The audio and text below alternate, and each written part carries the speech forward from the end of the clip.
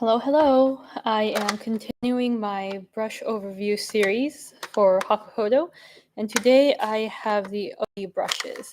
So this video is going to be structured a little bit differently from the other series overview video, mostly because there's so little information and understanding about them. I'm going to be talking about the series in general first for quite a length of time, and then I will be discussing all the brushes in the series individually and doing comparisons within series and sort of telling you how to use them as I go along. So first things first, all of the Ougi brushes, or almost all of them, there's exceptions to every rule I'm about to list, start with F. And they all have 4 digits in their name. That I'm pretty sure does not have an exception to the rule. So of the 4 digits, I'm going to be telling you what each of the digits represents, stands for, and also this will help you to select brushes based on the shape and the size approximately that you want. So the most obvious difference visually is all the brushes have a different tip shape. Okay, not all of them. There's 5 different tip shapes that you will be able to select.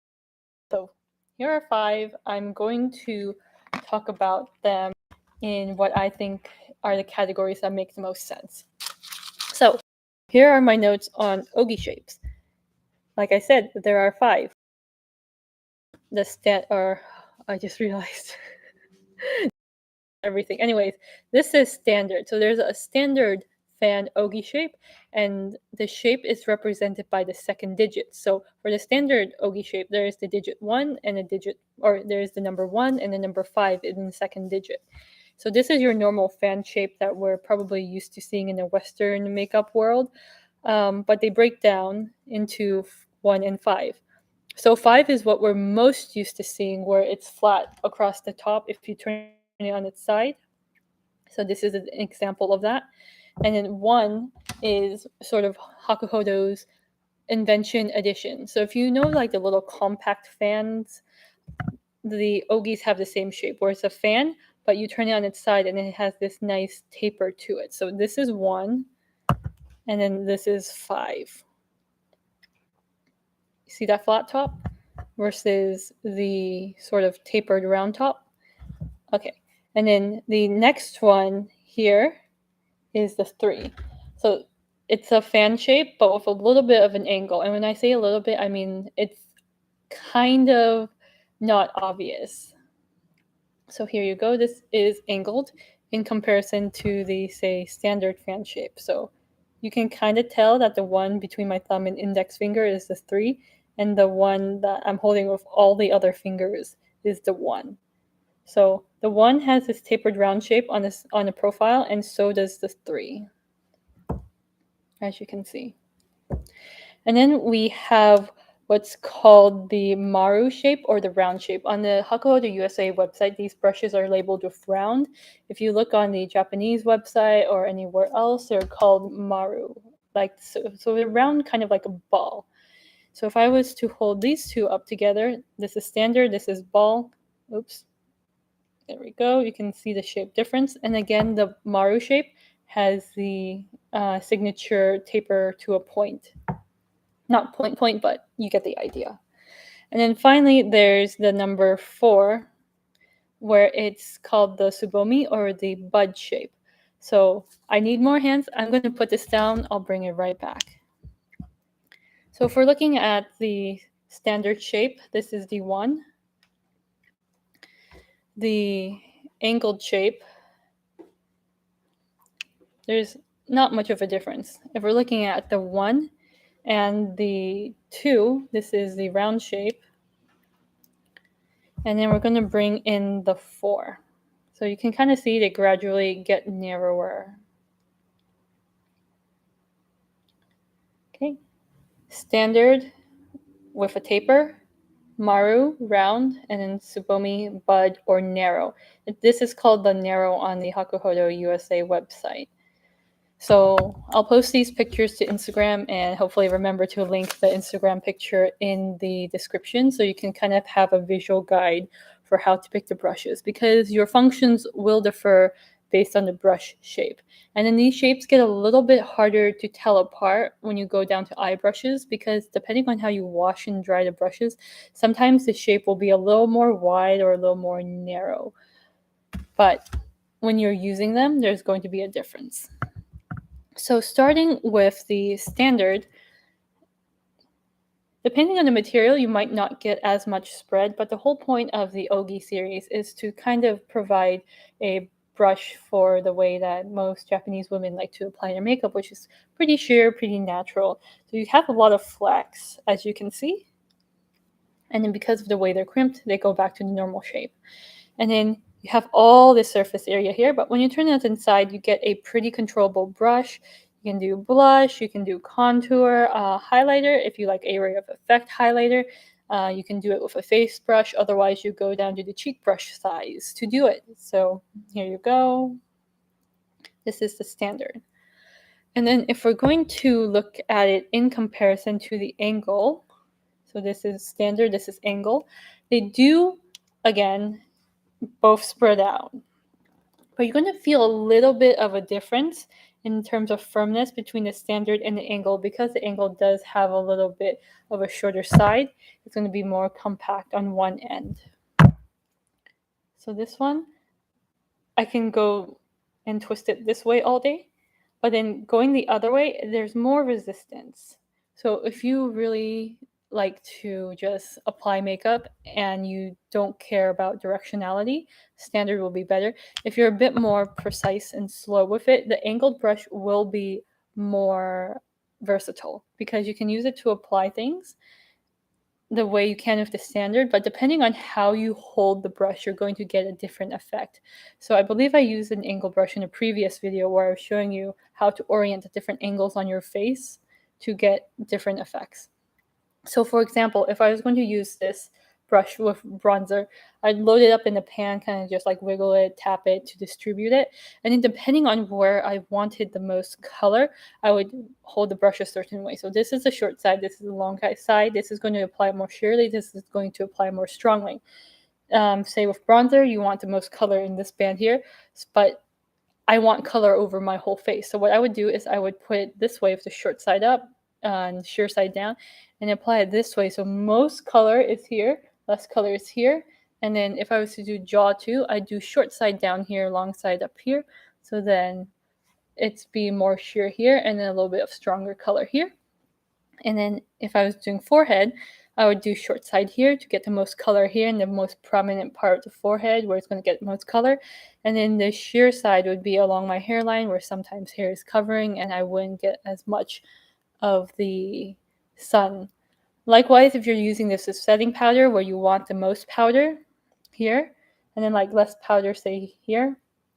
And then another way, if you're going to use it with the tip to do sculpting, you load it up on a short side here, and then if you'll decide to focus any day now, you focus it here, and then you drag it kind of like you would with a normal angled contour brush. So you start with the color strongest here, and you drag and blend. So that's that. The Maru is kind of like the more controllable version of the standard, because if the hairs are the same length, there's less of the spread, so it won't spread as far if you use the same amount of pressure. So as you can see the surface area difference. So if you have, say, a smaller face, but you still want that coverage, that area coverage, the Maru might be a good Goldilocks medium between the standard and the Tsubomi here. And then in terms of the tip, it is a little bit more narrow. So this one you will be able to apply everything with. So setting powder, bronzer, blush, if you're using just sort of this area with it. And then the tip for highlighter here and here, here, here, anywhere you want, because of that more angled tip in comparison to the standard tip. And then going down a size to the bud Tsubomi narrow, between the round and the narrow, the tip doesn't get much narrower, but you get a little bit of difference in the surface area. This is the bud narrow, this is the round. There you go.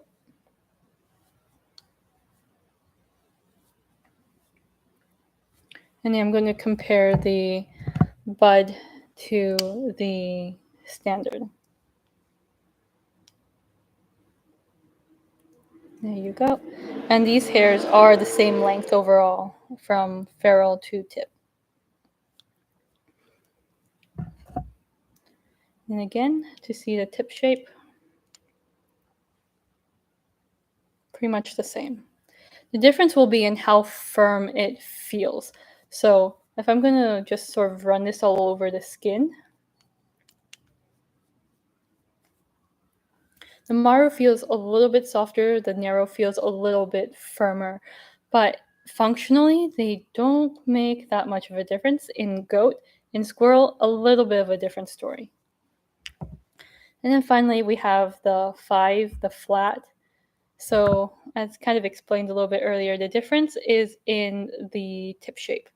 It looks like overall there's a different shape because this has rounded corners, but the rounded corners come from the fact that this brush is tapered and curved across the whole thing, and this one goes up and then like cuts across like that. So then this is kind of the same thing where it has a lot of movement and flex. The difference comes to the surface area here when you're applying. So you apply it and there's quite a bit of coverage. So you can do blush, you can do powder. It's going to have a little bit more strength when it comes to blending things because of that surface area, and you could potentially overblend. The thing that's nice about these brushes that have the curved surface all over is as you're applying, it's sort of blending at the same time versus these flat top brushes. Generally, you apply and then you blend. So that's shapes 1 through 5. And then depending on the shape you like, you want to look at the second digit of the number code. So here we go. All right, moving on. Third digit. This is kind of the rule. There's 1, 2, 3, and 4 for those of you who can read backwards. Excellent. For those of you who can't, okay, I can't read backwards. Number 1 is goat and synthetic. Almost without fail, if it's number 1, it'll be goat and synthetic. Number 2, without fail, it will be pure synthetic. Number 3, it's going to be synthetic plus squirrel or pure blue squirrel.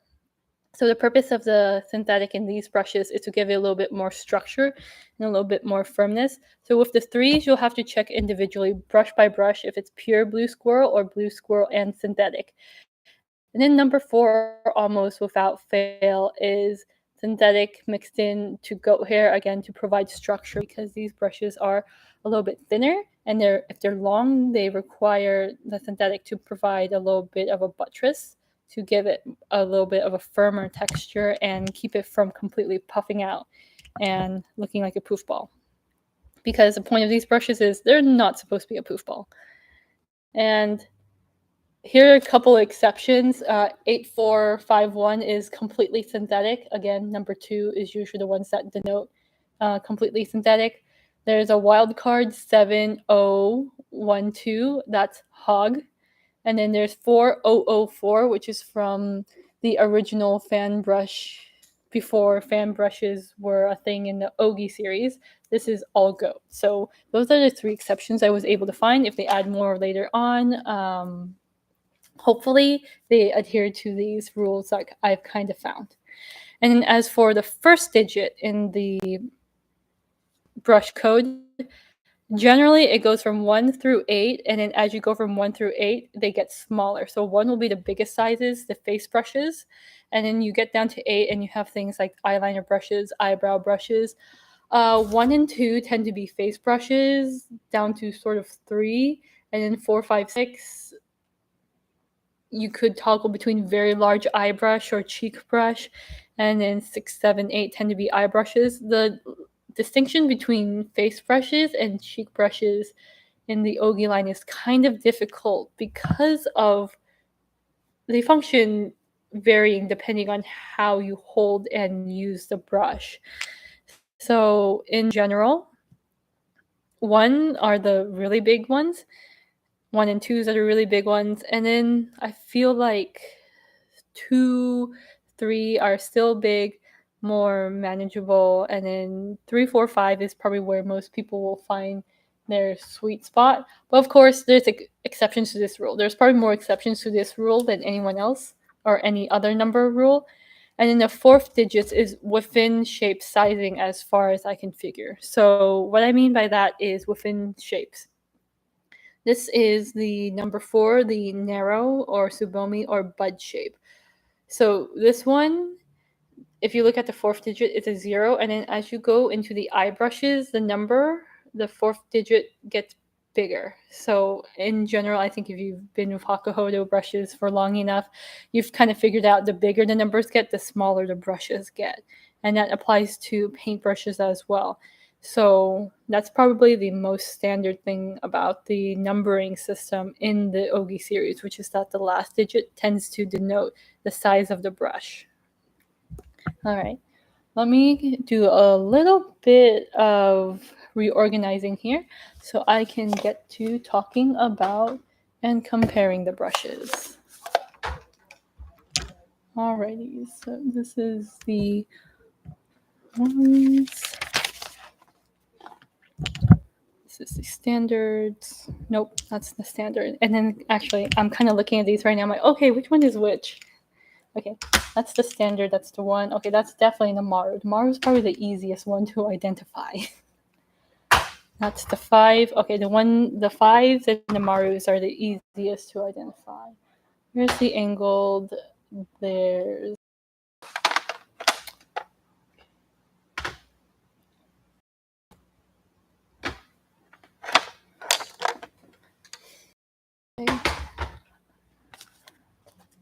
Let's start with these. So if we'll decide to focus any day now, it's probably too shiny to focus. This is the F1510. It's dual fiber. And then so you have about, let me think, 4 millimeter clearance between the buttress fibers and the long fibers. And this one can be used for powder and for blush bronzer. This one is fairly loose. And then it's kind of more of a finishing brush as well. So say you've applied your foundation with some brush and then you want to go all over with it to kind of make it seamless. This would be a good brush for that. And as well as finishing powder. I feel like as a finishing powder brush, this one would be very good for it because you have all that surface area to work with versus one that has a more rounded surface. You'd kind of be going back and forth. Like you'd have to go this way and then you have to go this way and then kind of do it in a round motion to make sure that you catch everything. Versus with flat shapes, what's nice is flatter shapes are kind of more designed for this circular motion buffing, and that does tend to be faster. So this one is not an exception to the rule. The third digit is 1. This is goat and synthetic.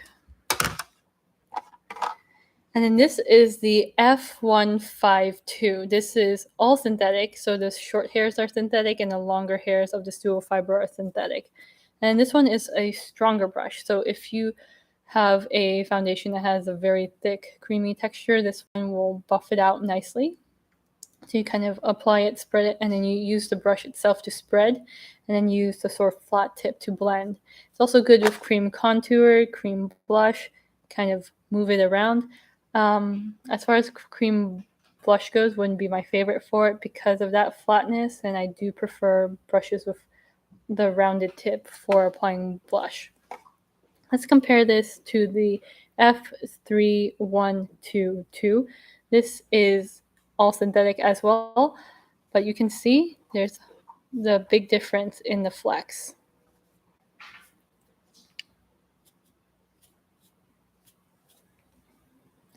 Size-wise, they're the same, or they were the same when they came out of the package, but with a little bit of bloom.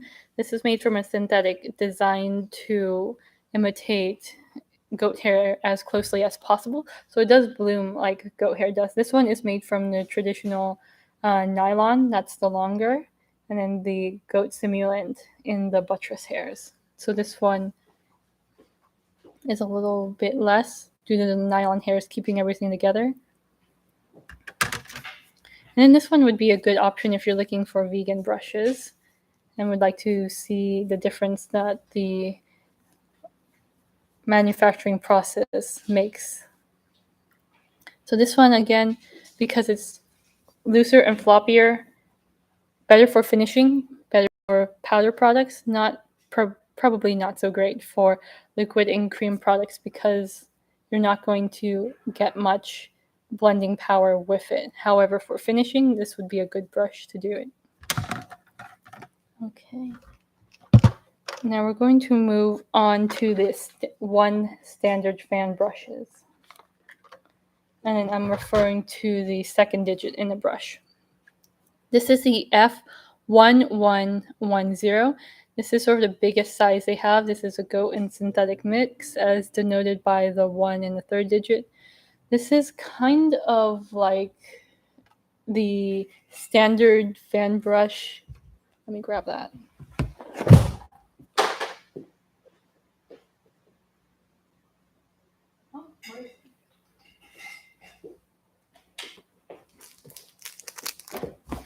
Oops. How many times can I kick the table in one video? The standard portable fan brush in shape, except for it's not as thick. So for those of you who are wondering, this one moves like this. This one moves like this. So you wouldn't use this with finishing powder. I mean, you could, but I don't recommend it because it's so strong. I won't call it stiff. Stiff makes it sound like it's scratchy. It's not stiff.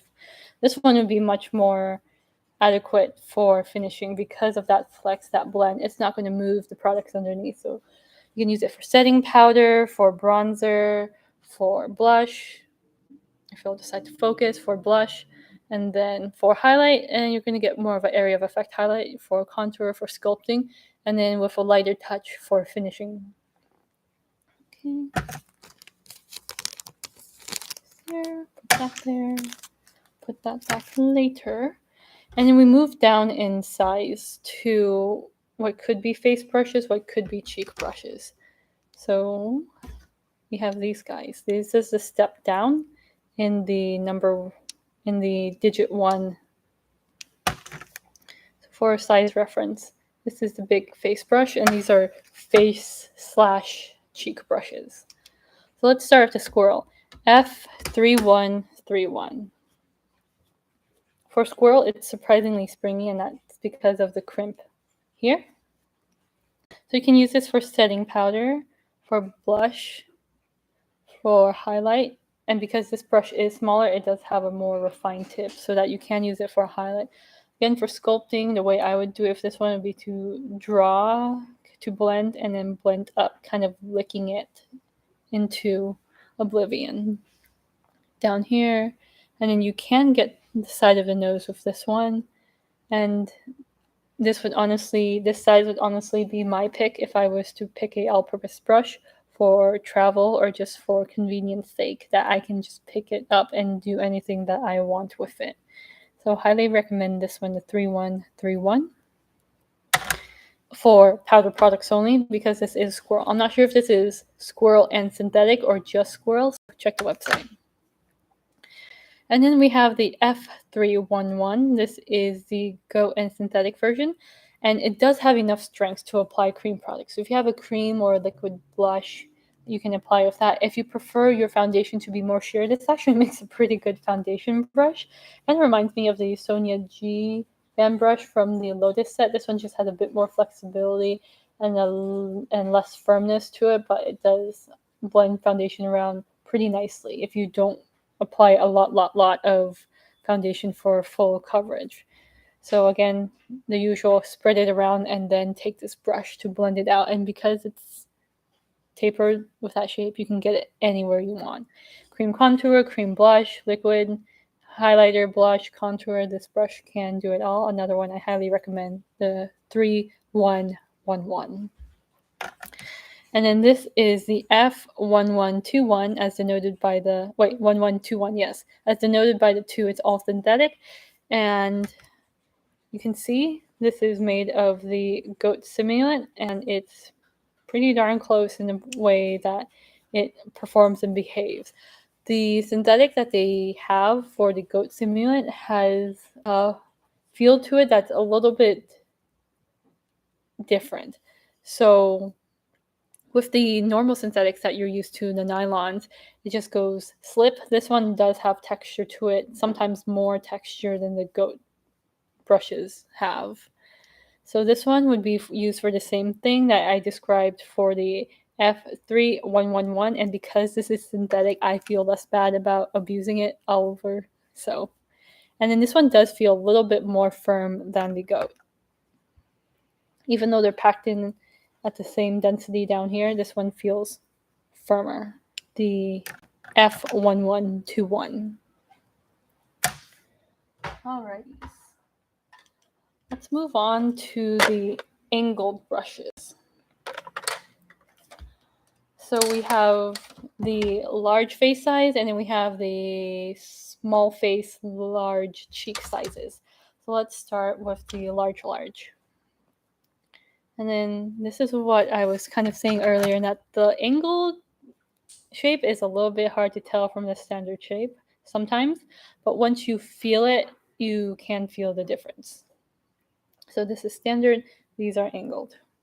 And I don't believe there's a standard in other types of hair. So this is the F1310 for an explanation on why bother having two brushes so similar. Go back to the beginning of the video where I explain the usage of the short side and the long side for different makeup effects around the face. These require more attention to direction, but you can sort of do more with them. And then, so this is F1310 goat and synthetic. And then this is F1340 squirrel and goat. The main difference will be in how it feels on the face and also the flex. Obviously, this one is much more bouncy and firm, and this one has a lot more give to it. Like, whew.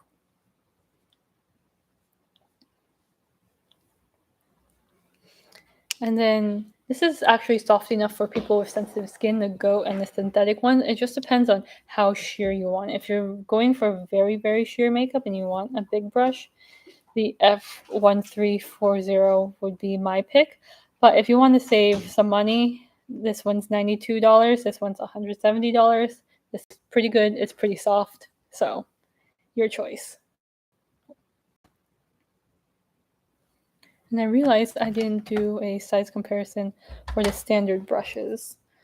So this is the F1110, the biggest size, and then this is the step down size, the F3111.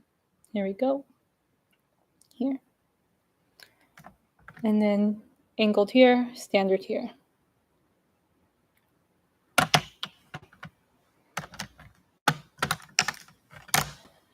And then now we're going to step down to the smaller size. In the smaller size, they bloom out less, so it's easier to tell the angled shape a little bit more. Here we go. Not sure why the camera is having so much difficulty focusing.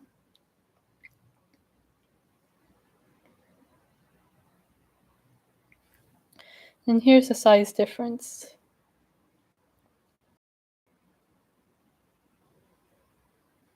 And as mentioned in the beginning of the video, the smaller sizes do tend to have a more refined tip, so they're more suitable for highlighter than the big ones are, though this one's kind of disproving my point.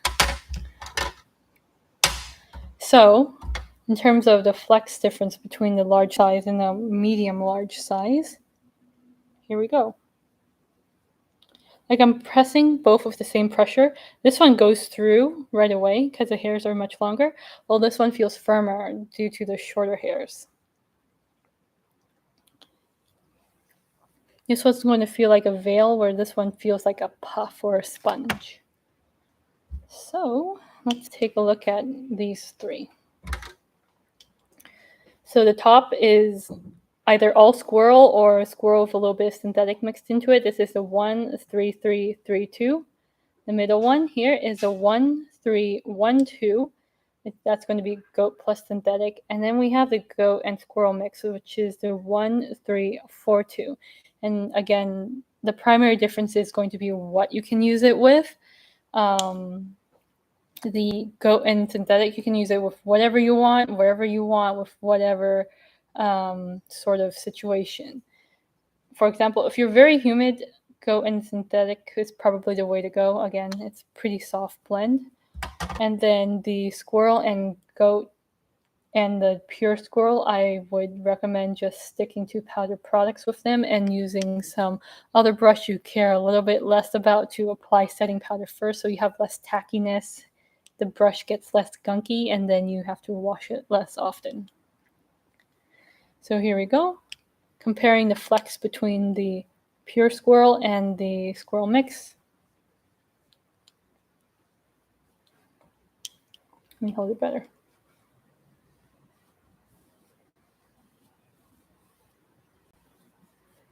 And then comparing the firmness. This one I can pretty much just bowl it over. Now let's compare the mix plus, or they're both mixes. Let's compare the goat and squirrel mix against the goat synthetic mix. So firmness wise, they're pretty comparable. I would say this one's maybe 30% firmer, but not harsh in the way that a really hard brush is. They both feel firm. This one just feels firmer. Here we go. This will be the stronger blender. Strong enough to use with creams and liquids. There we go. So the goat and synthetic one is 1312. The goat and squirrel one is 1342. And then the pure squirrel one is 1332. And again, powder only, anything goes. And then so if you're using cream contour, cream sculpting products, this is a good one to have for it because it is nice and bouncy. If I did any better, I would think that the person who invented the Ougi series liked the other shapes better than the standard shapes, but I could be wrong. Okay, this is the F3320. This is pure synthetic, and it's basically, let's see, this brush, the brushes I just showed you, except for because of the synthetic and it doesn't have the goat hair to fluff it up, it looks like it's smaller. So this one's going to be more flexible, and this actually feels like the squirrel brush in terms of flex. So again, a good vegan option for those of you who want brushes that are not animal hair. And what you could do is get one of these brushes. Like, remember how I said a brush that you care less about and you don't mind washing as much? So you could get this one to apply your setting powder and then make your base not tacky. And then you take the brush, the good brush, to apply the powder products. Oh, I think it's the ferrule that's messing up the focus. If I'm giving anyone a headache, I'm sorry.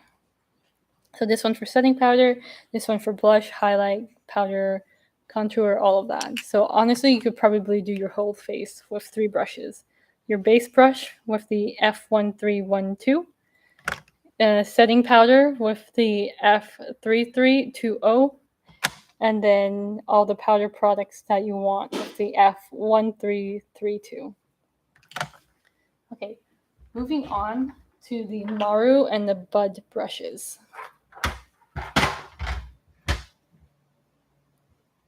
This is the big size.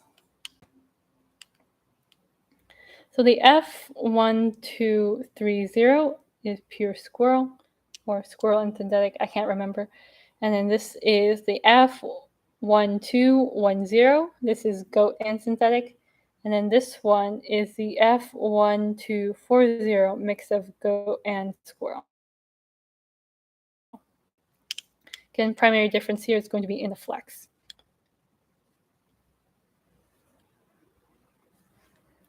So these two again.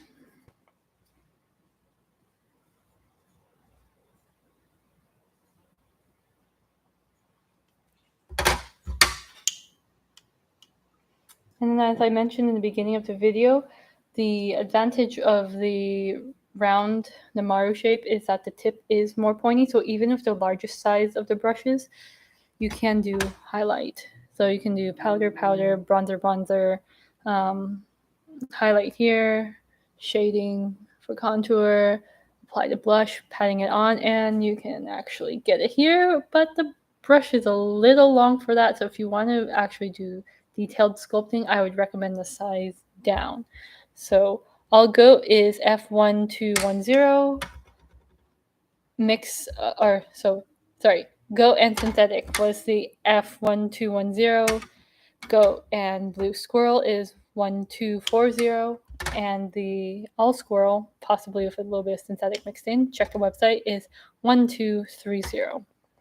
Again, the most flexible one, firmest one, and Goldilocks in between. Powder only, anything goes. So these are my favorites, the medium size, because you can still do all the powder, all the stuff, and then you actually have a little bit more controllability in terms of size. You still get a nice big coverage. And they will feel a little firmer than their larger counterparts.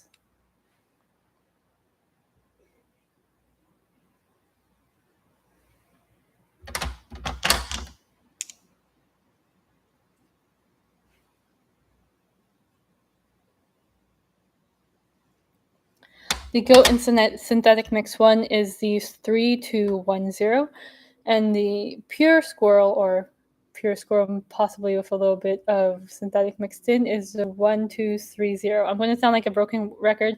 Check the website. And you have that nice taper tip on both the squirrel goat mix and the blue squirrel.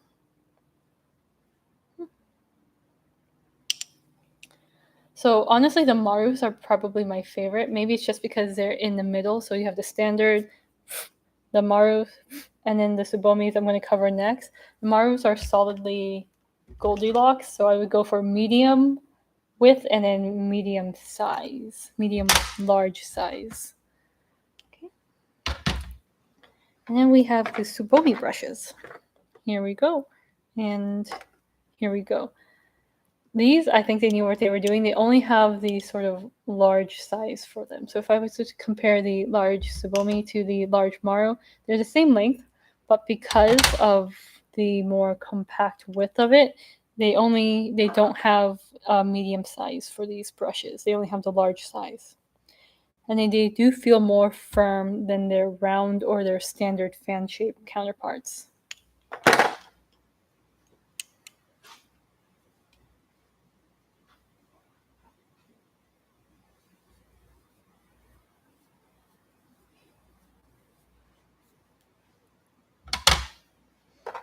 So this is the F1440.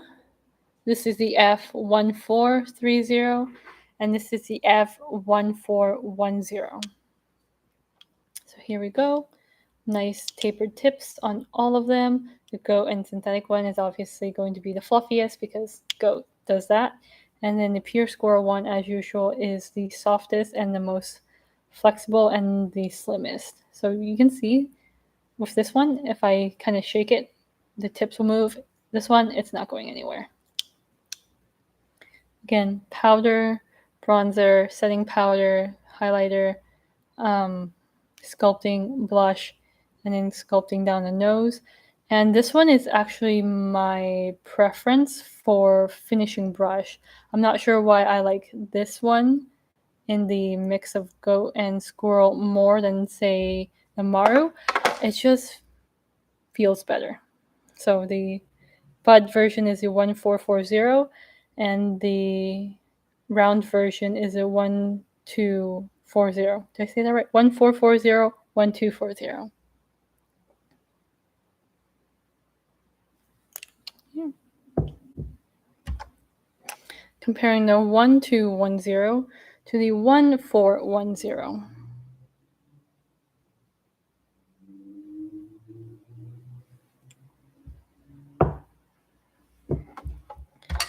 And then comparing the 1230 to the 1430.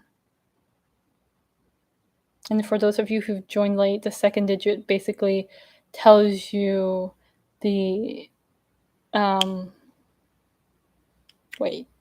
tells you the shape.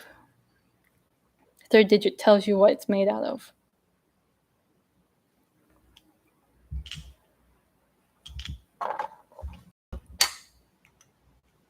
And then there is a medium-sized Tsubomi. This is the F3420. This is all synthetic, and then this is a really, really good liquid brush. I finally said that without stuttering.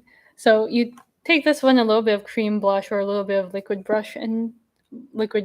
Okay, there we go. There's the mess up. And you just kind of like paint this on and you get a really nice sheer layer, especially if you're using a liquid, that sort of liquid gel formula. You get this translucent layer that's really nice. If you've worked with the Premier products, what are they called, glazing gels, this one's really beautiful with that.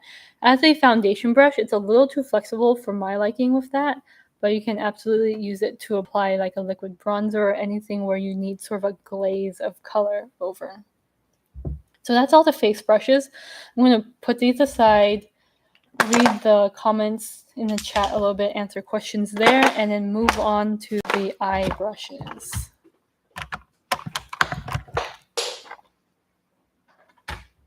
Okay.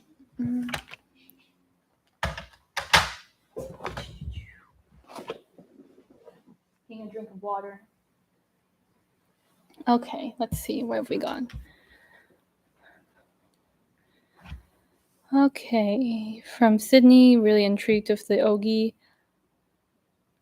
Okay, so the blurring is not from the internet being weak. It was from the camera not being sure what to do, where to focus, because the ferrules were too shiny. I will try to cover the ferrules if I can remember to do so that it actually focuses. It's exactly what you were hoping for to make your list for Hakuhodo purchases. Okay, good. This series is the one that fascinates you the most and also confuses you the most. Honestly, the prep for this video was so much longer than my prep for the other videos because I was trying to figure out the series as I was going along. Hence why I have my notes and stuff. So I can kind of look at it and remind myself, okay, that's right. So I don't have to memorize which brush is which shape because honestly, it's a little hard to tell with some of them.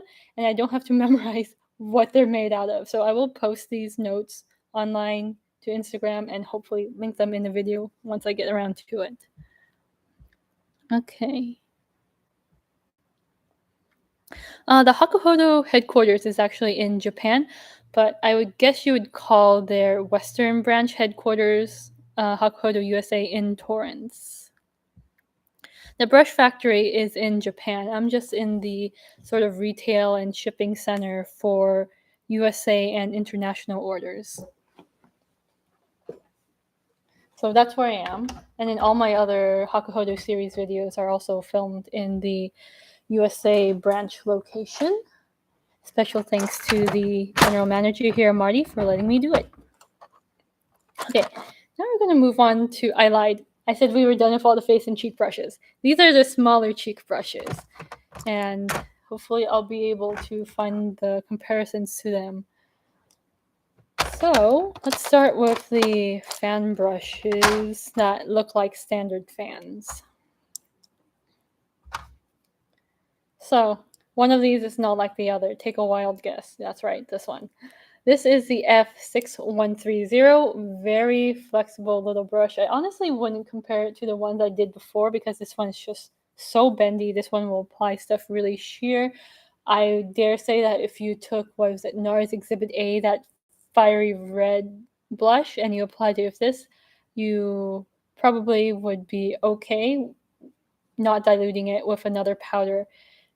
So this one's super nice. If you just want Target finishing powder, you can take this one and then just run it all over. A finishing brush, it would be a little too soft and flexible for it, but in terms of applying really sheer color or really sheer powder, that's what this would be for the 6130. And then comparing it to the GOAT, the 4004. This one's kind of a classic. It's been around before the Ougi series came along, but now it's lumped in with the Ougi series because they're all fan brushes. you can see that because it fluffs up a lot more, you're going to get a lot more area coverage. So to look at the tips and how much they cover here and here. With highlighter, this one might not be so great unless you're like a strip highlighter. You would have to apply and then kind of blend the edges to kind of get it to diffuse out, and then you would end up with a pretty large area of highlighter. Here you go. And then this one is the J7012. If you watched from the beginning, you would know that this is one of the exceptions to the third digit rule that tells you what it's made out of.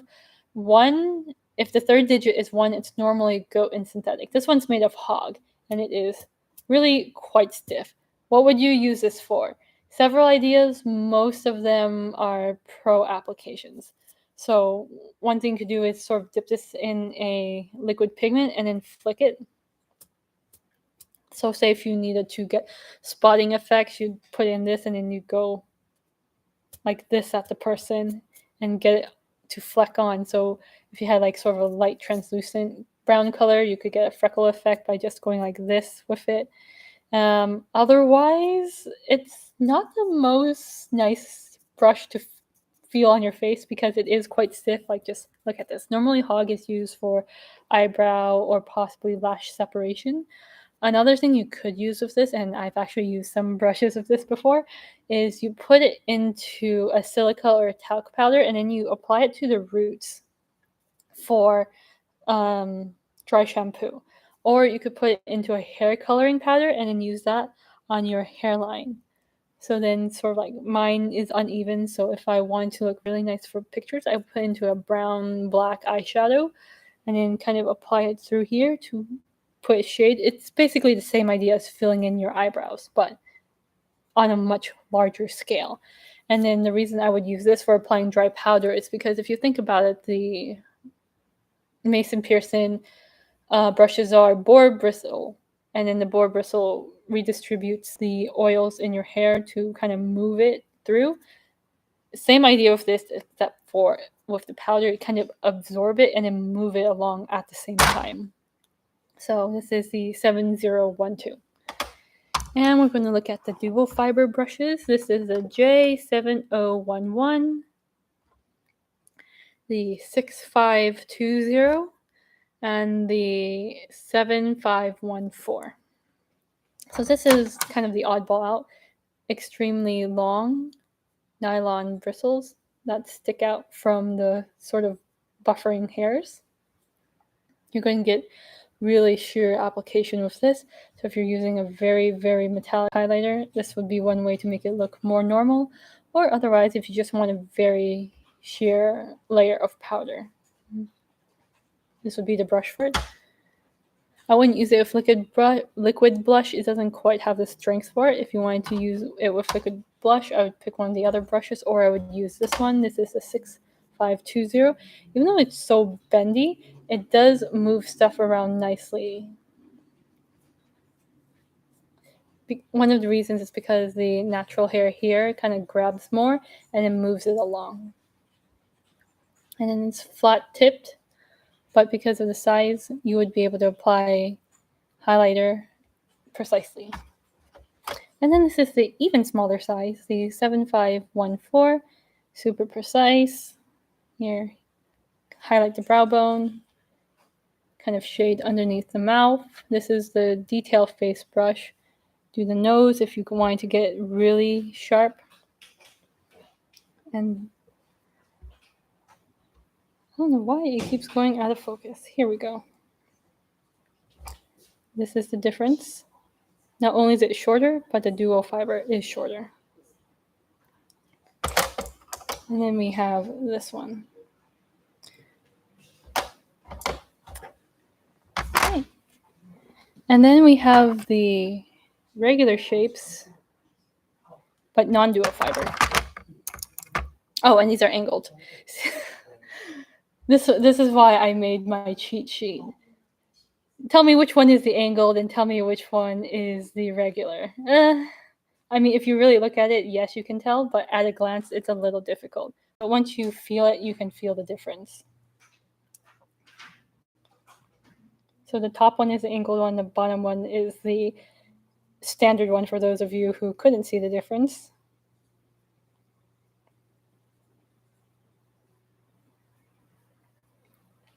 Okay, so this is the F331, and this is the F321. This is goat and synthetic, and I'm pretty sure this is going to be squirrel mixed with synthetic. I could be wrong. I say that because it's so thin, and yet it still has a nice spring back to it. It comes back to the exact shape rather than some of the hairs out here staying out a little bit. I could be wrong, and could be just excellently made, and it's pure squirrel standing straight up after you mess with it. So here we have under the eye brush area for bronzer, blush, highlighter, sculpting, and you could use this through the eye socket to kind of define it a little bit. So what I would do is go through the whole orbital area through down to the nose, temple, cheek, or jawline, cheek, everything. So if you liked angled brushes and these are your thing, this is the F331 and this is the F321. And we have a smaller size down of them. This is medium and this is small. This is the F334.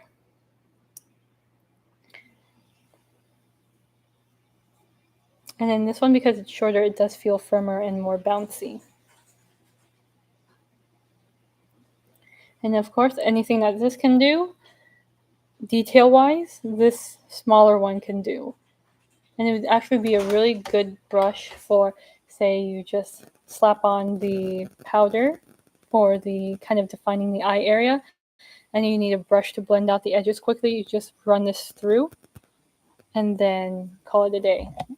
The same way you would use, say, a 217, you kind of use more in a little bit of like a wiggling circle motion. This one, you just stick it in and you run it through, and it just blends it because of the rounded tip. It'll just kind of blend it into like a hazy effect.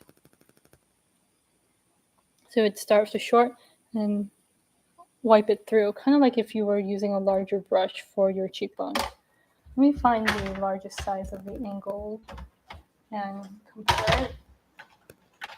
There's really not a point in comparing the large angle one to this one because it's so different in terms of thickness and feel. Like this one is much, much firmer than this one. They both spring back well, but this one feels more plush because there's more hair. So there's that. And these two again, the pure, or maybe a little bit synthetic, is 7334, and this is the 7344.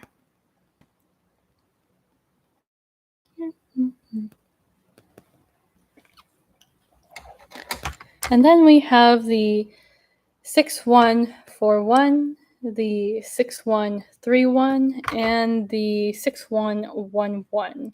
So these are the smallest size, face size of the standards. The size up is, again, not comparable because they're so much thicker. So this would be the ideal size for detail on the cheek, blush, highlight, contour. If you use a really pigmented contour product, it might go on a little harshly unless you're using the goat synthetic one. Then you can really blend it out by going like this or going like this. This one would be a great under the eye brush for people who have a very sensitive under eye but still want to put some sort of product down here because it is squirrel or possibly squirrel and a little bit of synthetic. So it goes through, and it's just a really lovely brush to have no matter which one you pick because it is so versatile due to the size and the shape. Like there are brushes where I don't really say much about them because I don't have too much of a positive opinion on them. I'm kind of neutral on them, but then there are brushes that are so good where I'm like, I don't know what to say. Just get the brush because I like it. So these would be it. I would highly recommend picking up at least one of these three. The 6131, the 6111, or the 6141. Okay, now I think I am done with the face and cheek. Well, I'm still not done with the face and cheek brushes. Ougi series is a series that keeps on giving. Okay, so these are the number 2s, the Marus, the rounds. So if you remember from earlier, I really like the Maru, the round faces. I like them a little bit less in the really smaller size because of, well, let's see why. Can you see the spring back? And then also because of the tip shape. This one is more compacted, so it feels firmer. It feels like there's more there, versus this one, it is more flexible. So depending on the size of the brush, my preferences change a little bit. I'm not saying that don't get these, those are better. I'm just saying I like those better. But anyways, these are the Marus. This is the 6240. This is a 6230. This is a 6210. Mix of goat and squirrel, possibly a little bit of synthetic, and then mix of goat and synthetic. So this one, anything goes. You can do it with whatever you want. Oh yeah, I forgot. This one, compared to the other ones, powder only, whatever you want with this brush. And then again, powder only. This one would be a really, really sheer brush. Because, do you see this? It's so fluffy. This one's a little bit stronger, and of course, this one is the strongest. Let's run these.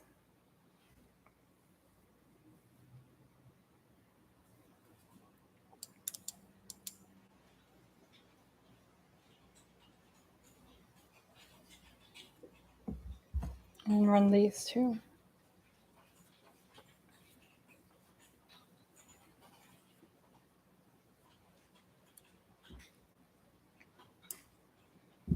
So again, this is the 6230, the 6240, and the 6210. And just to give it a closer look, difference between the standard and the Maru. The Maru does have that more pointy tip.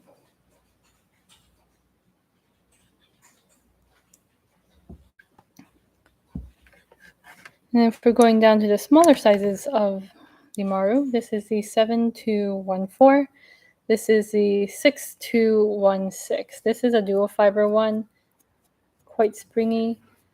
What I would use this for is for cream in the eyes through here, through there, under eye concealer if you're doing area of effect, or highlighter. This one I actually really like. This is a 6216.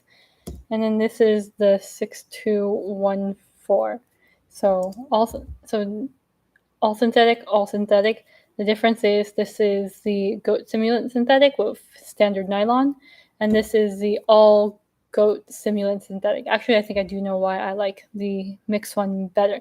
It's because it's stiffer and I know what to do with it, versus this one, like, oh yeah, I would probably only recommend this one if you're looking for a brush that's all synthetic and you're using it to kind of apply things that you kind of don't want your natural hair brushes to work with. So 7214 and 6216. Size here, here, here. Then you can go through the eyes.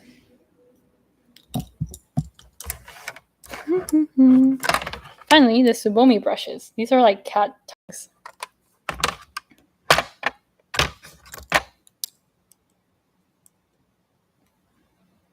So the Tsubomi shape is most pronounced in these small cheeks. So this one, target under eye powder, of course, through here, very small cheek blush brush. This is your face detail. This is pretty similar to the, the 116 brushes in function. The difference is your standard highlight brush is much thicker and less flexible. It feels more plush, basically. Like you can see how it's actually pushing my skin in, or rather out. And this one, it just goes whee and slides over. It does push a little bit, but not much. And then, of course, this is a Go Internet synthetic one, so it will push the most, and then these will push progressively less as they get softer, or the hairs get less resilient. And also, as they get less resilient, they spread more.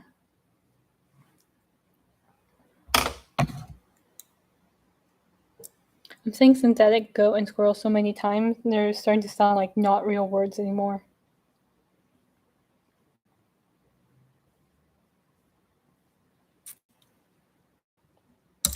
Again, really sheer under eye powder. Use these with powder only. Use this with whatever you want, including liquid blush. This one doesn't work as well for liquid gel blush as one of the brushes I mentioned earlier that was really good for it. Let me see if I can find it. Aha, here. This one is the F3420 compared to the F6410. This one just works better because it's bigger and faster. So my preference is for this one. And then both of them are pretty flexible. This one less so because there's more hair in there. What this one would probably be good for, and I haven't tried it with that, is using it as a concealer brush and just kind of patting to cover an area of discoloration. So you kind of spread the foundation or the concealer around on the mixing palette first, pick it up, and then just pat it on to airbrush it. And now we get into the smaller size of the Tsubomi. This is the F6441, and this is the F6411. 6441, 6411. And this was kind of what I was talking about in the beginning when you have this sizing is the first digit, go from 1 through 8. And then around 6, you could call it a large eye brush or you could call it a small cheek brush. It really depends on how you use it. So you could use this to apply an eye base, apply under eye concealer, and then you can definitely use this for blending the crease out because that tip just slots in there nicely. Same thing here. Both have pretty fine tips, and you just stick it in and go. You can also use it down here, use it here, pat on highlight and blush. So it just depends on how big you want the brush, what shape you want the brush. Okay. Normally I like to break things down by this is the big face brush, this is a small face brush, but the Ougi series kind of breaks that because you turn it and it becomes face, cheek, eye. So what can you do? Besides use the brush for everything, that is. Now we're kind of moving on to face/eye brushes. These are the angled. Tell me if you can tell. And this is the standard. So a little bit of a difference visually, but functionally a little bit more of a difference. Okay, this is the F841. This is the F8341, 8331. You know what these are for? Putting here, blending out this way or that way, blending here, out. You can get a pretty good cat eye with these. And then you can use it to apply highlight here, here, here, here, here, here. Not my favorite for nose because it is so thin and you get just a strip down unless you actually go back and forth with it side to side. Squirrel, squirrel, and goat. Use at will. And as for under eye, these are a little too firm for that. I would go the size up because it's more flex and you can actually kind of sweep it away or pat it if your ideal is patting. This one doesn't have enough surface area and doesn't have enough volume to really catch and hold the powder and deposit it on. This would kind of like put it on in a streak and you might not be happy with your flashback in photography. Need another tray.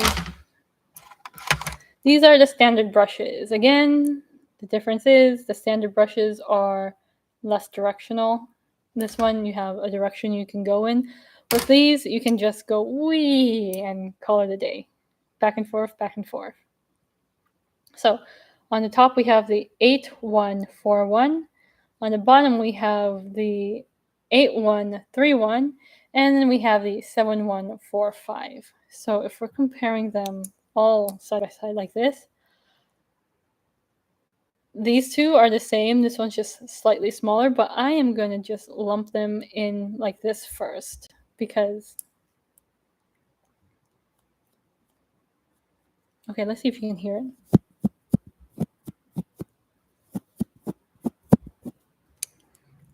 So this bigger one is actually the one that has more spring back to it. I'm not sure why they constructed these this way.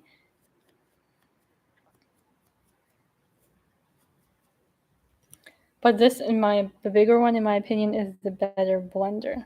And this one does have an analog and pure squirrel as well. So if we're going from top to bottom, F7135, 7145, 8131, and 8141.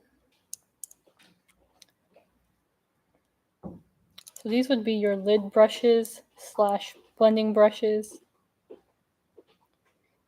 Just pick the one you like better. Most people will probably like the smaller size better because it's more akin to a normal eye brush.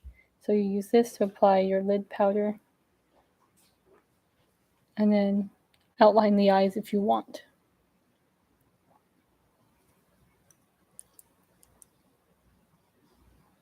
They're pretty much the same size. It's just the feel. This is kind of the first exception where the bigger brush feels like it has more resistance than the smaller brush. But this slightly smaller brush will phase people less because you aren't afraid of applying color where you don't want it. Oh, and I actually messed up.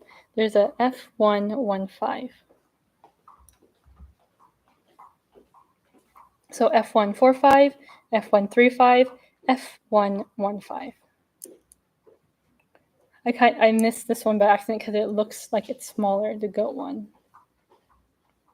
But they're actually all the same. And this one can be used with cream eyeshadow. And then it can actually be used to smudge eyeliner as well. So if you apply a pencil liner or you kind of dot a gel liner on, this one can be used to work with it and smudge it out a little bit. What these are good for, including the big one, is putting it in powder, and then you can kind of stamp it on to set the gel or the pencil liner. And then we have the 8511 here. Same deal. Oh, sorry, not same deal. This is the synthetic plus, let me check. What is this made out of? Okay, this is not an exception. This is goat and synthetic. So this is a dual fiber, but for your eyes. Same deal as in what you can do with it for applying and blending, as well as this one is good for brow products because it is more stiff than it is more stiff in terms of back and forth than the goat one. Like the goat one, if you go this way, you get more wiggle. In terms of this one, you get less. I'm not sure if the difference is picking up on camera, but the feel of it would be pretty obvious. And then for gel products, because you have the dual fiber, the goat separates the synthetic, so you could go in with this one and then kind of use it to shade and color in the brow, versus for this one, you would kind of pick up too much powder and make it look too strong.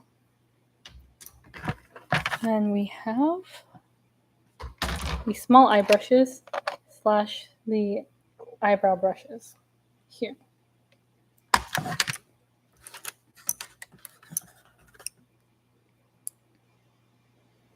So this would be a large eye brush if we're looking at it area-wise, and then you turn it on its side and it turns into an eyeliner brush. So these are the four, the bud brushes. And you can use this one like you would any other lid brush. Turn it here, and then you can get a pretty nice winged out liner if you're using powder eyeshadow. If you're using liquid eyeshadow, this one's fine. Or liquid eyeshadow, cream eyeshadow, this one's fine because this one is goat and synthetic, mix of goat and squirrel and pure squirrel. Yeah, this one's pure squirrel. I have this one in a limited edition set previously, and I really do like this one just for the entire eye. So take this one, just apply it, and then use just the corner of it to like kind of tap eyeshadow on the outer corner, and just take it and wrap around the eye. Probably the favorite eye brush from the set, aside from the Maru. Wait, no, this is the 2. This is the Maru. Okay. What I have actually is the Tsubomi, and this is why I was losing my mind trying to categorize these brushes, because they're kind of hard to tell at first glance. Okay, anyways, going back to the Maru brushes. Big eye brush. And then this is the 7525. This is supposed to be a flat top brush, but it's not. This one, gel here, and then this one actually makes a really good eye brush if you're using a pomade or a gel, because you can kind of use it to like push all your hairs into place, and then wipe it off, put it into coloring, put the color where you want it, you can wipe it off again, and then kind of just like wiggle the hairs where you want them and put them into place. Like, I don't know why this one is so good. It just is. The 7525. Pretty bladed tip. Like, if you didn't know any better, you were just looking at it, you'd probably think it was an eyeliner brush, but then, surprise! Okay, these are the 2 narrow bud Tsubomi brushes. 8431, 8451. Medium large eye brush. Again, you can put everything on here with the same brush, assuming you wipe it off between products. This is excellent for cream and liquid shadows because, again, you can use all the different edges for applying things, and it's really good. As long as you have multiples of these, you can probably just use this brush like day after day. Clean one, use the other, clean one, use the other. Pretty thin. No problem with lining, no problem with lining. And then use it to kind of like fan and feather the edges. Same deal here. Or kind of use it to lick up and down like this to blend edges. And then these are supposed to be true eyebrow brushes. I have this one in a limited edition set as well. The 8132. This one is supposed to be used for applying stuff like this, but what I really like it for is as an eyeliner brush. So because it's a line here, I'll apply it with product here, stamp it, and then that kind of provides the guide, and then I just connect the top line to the bottom, all with the same brush, using powder eyeshadow. If you're going to want to use it with liquid, cream, gel, or whatever other variant of eyeliner there is, the 8122 and the 8112 will be what you use if you're using liquid, gel, cream, pencil. And then according to the 3rd digit, unless these are exceptions, which they are not, this 8122 is all synthetic, and then this 8112 is a mixture of goat and synthetic. Honestly, looking at them, I can't tell the difference. And when I feel the difference, the 8122 and the 8112 feel pretty much the same. The 8122 actually feels a little soft, just like a little bit, 5% maximum. And that is all the Ougi brushes. If you have specific questions in comparison to other brushes, put it in the comments, put it in the chat. I'm going to be going through the chat, and then hopefully I'll get to it. And I am on a timer today, so let's see. Let's get these done.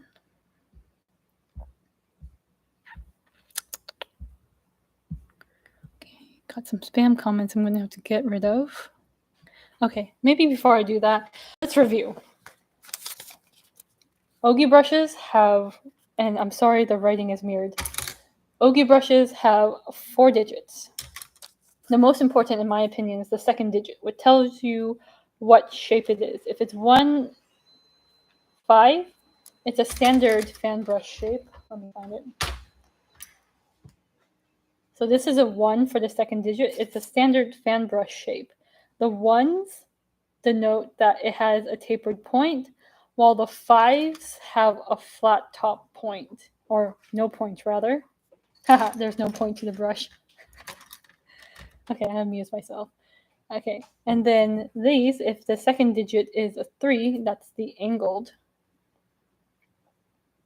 Sometimes they look pretty close to the standard.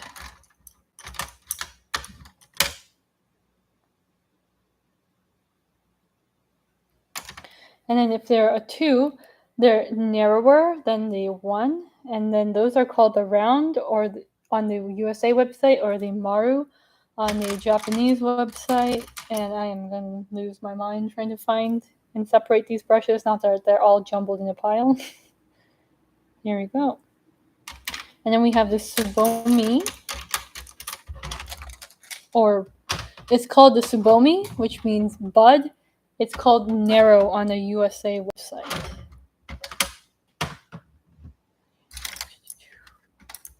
Here we go.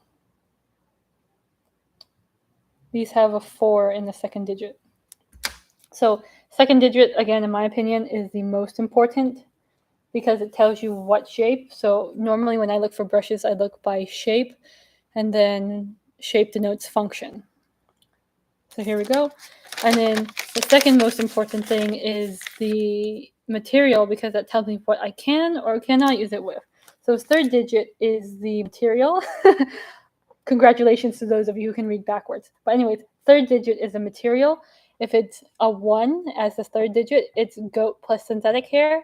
If it's 2, it's all synthetic. If it's 3, it's either pure blue squirrel or blue squirrel mixed with a little bit of synthetic for structure. If it's 4, it's blue squirrel and goat. And then there's a couple exceptions on here. 8451 is all synthetic. It should be 2 in the second digit. 7012 is hog, and then 4004, which existed before the Ougi series was a thing, is all goat. And then first digit, it goes from 1 through 8. The bigger they get, the smaller the brush. And then the fourth digit tells you what the sizing, the length of the brush hair is. As you go down in size, you go up in the last digit, and I'm actually going to write it. What it actually denotes is the length of the hair. And I will post this. All right, now let's look at the questions. Oh, all the way from Germany. I don't know what time it is there, but thank you for tuning in for the whole thing. Been eyeing the Ougis for a while. Oh, thank you. It's much easier to research when I have access to the brushes in person. If I tried to do this online, this would never happen. Okay, I am not inside the brush factory. This is just USA HQ. If you live in Germany, if you live in anywhere except Japan, you order from the Hakuhodo USA website. They ship internationally. I think it starts at like $24 or something like that. So I would make a mass order, and they ship it like pronto. Do you ever go home from the showroom without a new brush? I try not to bring home more than 2 or 3. Thank you for the hugs. Shopping here with an unlimited budget would be pretty awesome. Okay. In terms of convincing you that you need a new brush, maybe I'll pick out the top 5 that you need. Loving the F334. You're probably missing a digit there because they're all 4 digits. That's one of the few rules he does not break. They all have 4 digits. So F334. Depending on the missing digit, it could be a face brush, it could be an eye brush, it could be synthetic, or it could be squirrel. I have no idea, but hey, I'm glad you like your brush. Have to catch the replay, but you love these shapes. Yeah, according to the people here, The Ougis are really popular with in Japan in particular because the application the brushes provide is pretty clear. And focus. Here we go. Choosing what you want now versus later. Okay, I will pick out my top 3 from the faces, top 4 for the cheeks, and then top 3 for the eyes to kind of make it easier. Just give me a little bit of time to do that. And I don't edit my videos, so for the people watching, I'm so sorry. On the topic of brush shapes and functions, what is the role of the cable brushes? I'm going to get to those eventually. Cables are mostly for sheer application of makeup, so they're exclusively for powder. I think I can say that. Because of the shape, they're long. They apply powder beautifully, but if you're going to try using with cream and liquid, good luck. Tell me how that goes. I'm not going to try it. How can we choose? I will help you choose. I will choose some for you and tell me why I like them. 8132. Yes, that's a good brush. Perfect for blending highlighter. I think I know which brush you were talking about. It was one of like the large eye brushes in a standard shape. I think I saw your comment pop then, but yeah, you're right. It would be good for blending highlighter. Didn't quite think of it then.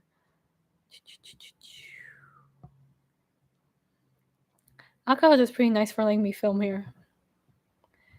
Let's see. Sharing. F1342, F1340, 1440, and 1240. Take a screenshot. Oh, that's pretty good. Hello, I hope it's a nice evening in Abu Dhabi. Abu Dhabi. I know how to speak. No, I don't actually. All right, let's find those brushes.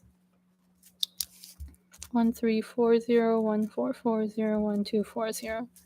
Okay, so according to my cheat sheets, the third digit, number 4, is squirrel and goat. Okay, that makes it easier. All I have to do is find the speckled brushes. Nope. And then, based on the 1, that's probably a face brush. I hope they're a face brush. 1342. Okay, no. So it's the big mama. 1340. Aha. Okay, good. My numbering system notes are correct. Okay, no requests for 1240? Yes, no, request for 1240. I got the 2, the 3, and where's the 4? 1230, 1240, 1440. There we go. Okay. Yes. I'm so glad it's correct. Okay. 14, 12, 13.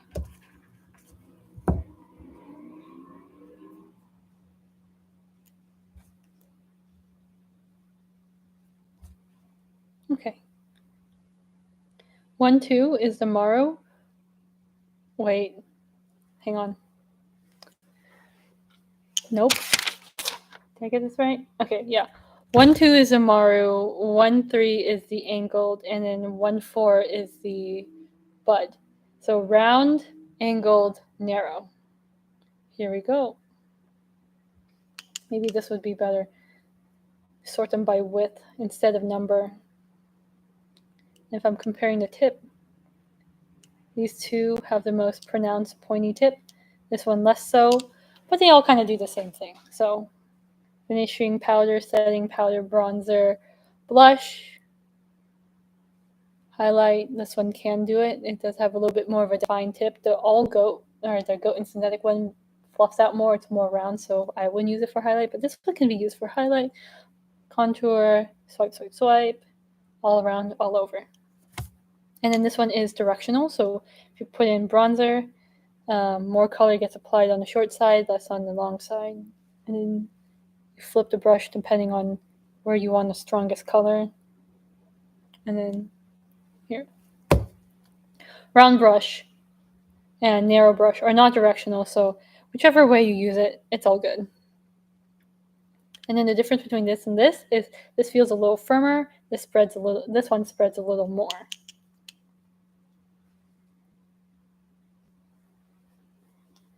Like you can see, like even on the more fleshy part of my arm, it pushes the skin in a little bit more, or at least I hope you can see that. But you can definitely see that the Maru, the round, spreads more.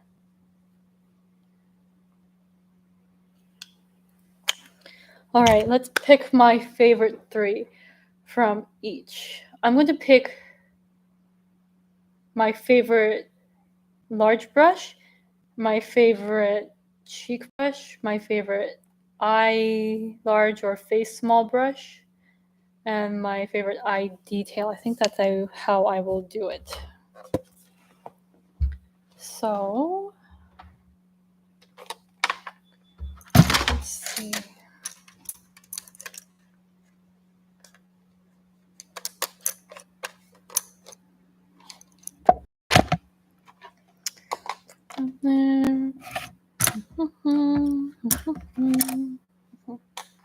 And some of these will be no surprise to any of you.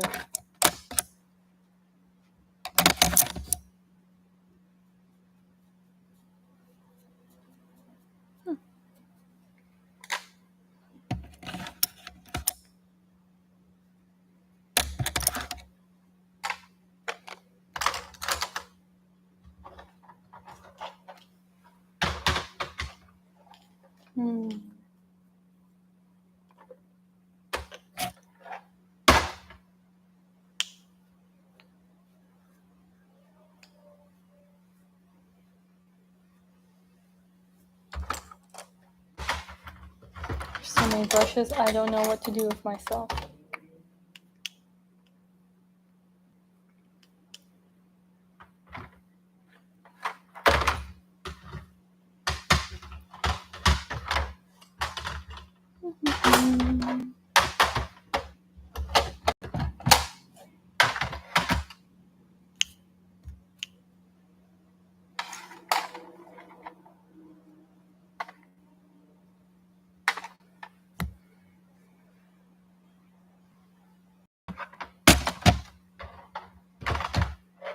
Okay, if I were to recommend a starter set, that's how I will approach this.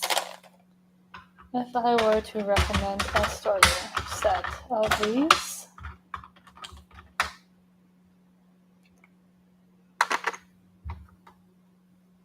make it a 7-piece set.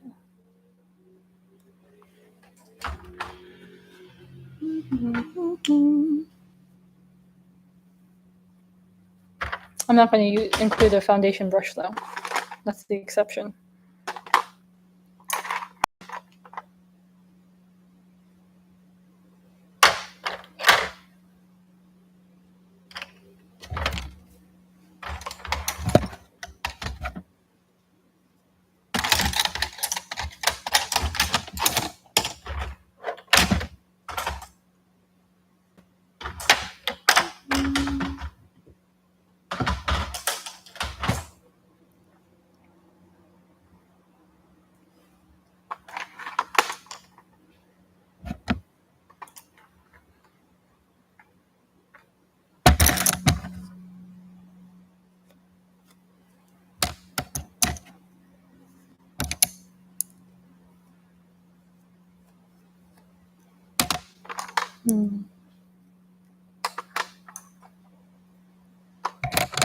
All right, I get to pick one more.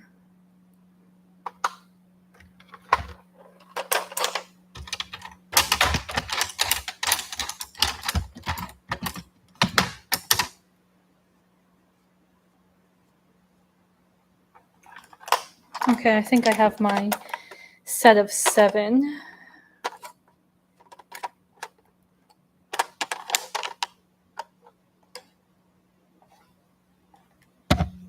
And then so this would be it. So I'm going to go through and explain why I picked what I did. So starting with the F1312. So I feel like this is the most pronounced of the angled brush shapes because it's wide and it's angled. The other ones are kind of, the angle is a little bit less, and this one has the most pronounced effect in terms of the angle feel as well as the effect, and also visually, so there's no confusion on what comes out of it. So this is a goat and synthetic brush, and it can be used with liquid and cream products, so it's very versatile. So if I were to apply my foundation first and then kind of have it all spread out, I could use this to work my foundation and blend it out. And I could also use it with liquid products, liquid contour, blush, everything. And then because of the shape of it, this could be a one brush, one face type of deal. If I'm not using powder, I would use a different brush for powder. But if I had all wet products makeup routine, this could do it all except eyes. So this is one I would pick because I think most people do use liquid and cream foundations, and just because of the shape and the feel of it, it is very versatile. It's not the stiffest, it's not the most resilient or the firmest foundation brush, but it would make a very good everyday foundation brush if you use it going like this. If your preference is for buffing like this, it works as well. But this one, the way you would use it is kind of working methodically, spreading it, sort of like crosshatch, and then using it to blend. So your sort of all-purpose liquid brush, including foundation. And then I'm including a lot more synthetic brushes in my picks nowadays because my skin is much drier and I do require a lot more cream products. I don't use powder blush generally as my all-day thing. If I'm planning to wear makeup all day, I'll do a liquid blush and then put a powder blush on top of the same color. Today was a little different because I don't plan to have my makeup on for more than, say, 5 hours. In the same line of thought, I really like this 3420 because it's just a very versatile shape and size, and it has a nice resilience to it. This one is all synthetic, and then this one is just a great blush cheek brush size, and because of that tip, you can use it for anything. And then this is a goat simulant, so you can use this for powder as well, and it will have that sort of cuticle-like feel where it kind of blends it. It'll be a little bit satin matte. It won't be completely glossy like the traditional old style. The synthetics have been around for a long time have. So this is a really good one. And then the F8122, this is for any sort of eye products that are wet. So whether it be eyebrow pomade or eyeliner.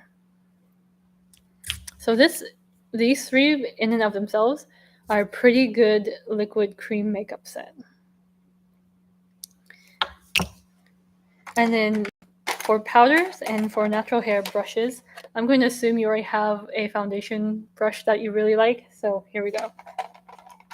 We're going to go from really big to kind of small. So because this can cover so much, setting, finishing, bronzer, blush, all of it, as long as you clean the brush off in between products, this just does everything. This is the 1240.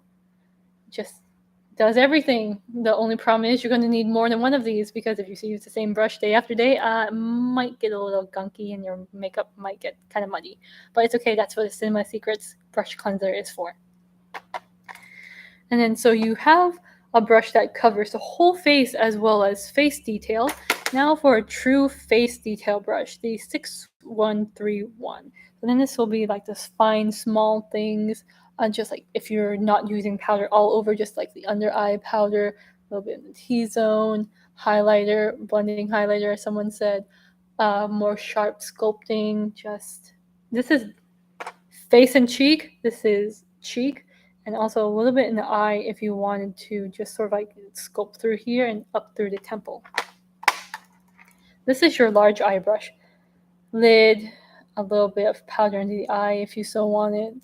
Turn it here. A little bit too big for there, but hey, if you really like that big blown out eye makeup effect, it's good for it. But otherwise, it's the crease blender. So you kind of use it like that, or you use it back and forth like this. And then your standard eye brush, the 8431, lid, liner, and then your eyeliner brush or your brow powder brush. Substitute the 8122 if you use wet liner or wet brow products. So let's run through that again. This is one set I would create, the 1312, the 3420, and the 8122. This is one set. And then the other set would be the 1240, the 6131,